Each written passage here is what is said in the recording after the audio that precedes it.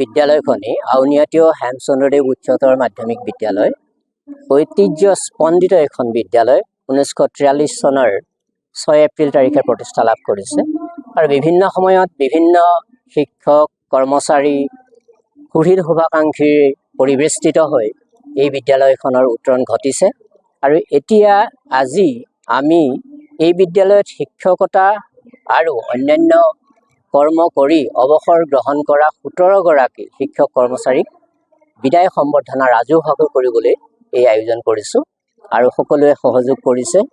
আমি অনুভৱ কৰোঁ যে শিক্ষকসকল বা কৰ্মচাৰীসকলে এটা অনুষ্ঠানৰ কাৰণে নহয়, অনুষ্ঠানৰ উপকাৰ হোৱাকৈ কৰেই, কিন্তু লগতে সামগ্ৰিকভাৱে সমাজখনৰ বাবেও কিছু কৰি যায়।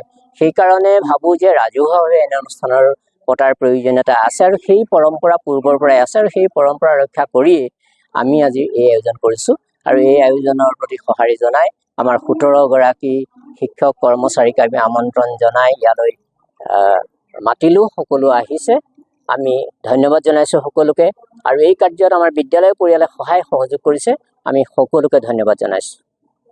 আমি আত্মসুখ অনুভৱ কৰিছোঁ যে আমাৰ এই অনুষ্ঠানটিৰ শুভ উদ্বোধন কৰিবৰ কাৰণে শ্ৰী শ্ৰী আউনীআটী সত্ৰৰ ডেকা অধিকাৰ প্ৰভু আহিলে আৰু তেখেতে শুভ উদ্বোধন কৰি আমাৰ এই অনুষ্ঠানটোৰ প্ৰতি সেই সকলো সমবেত সুধীবৃন্দৰ প্ৰতি আশীষ নিৰ্মাল্য প্ৰদান কৰি গৈছে আৰু বিশিষ্ট অতিথি হিচাপে আমি আমন্ত্ৰণ জনোৱা দেৱজ্যোতি গগৈ ছাৰো আহিছে, গতিকে আমি তেখেতৰ প্ৰতিও আন্তৰিক ধন্যবাদ জ্ঞাপন কৰিছোঁ।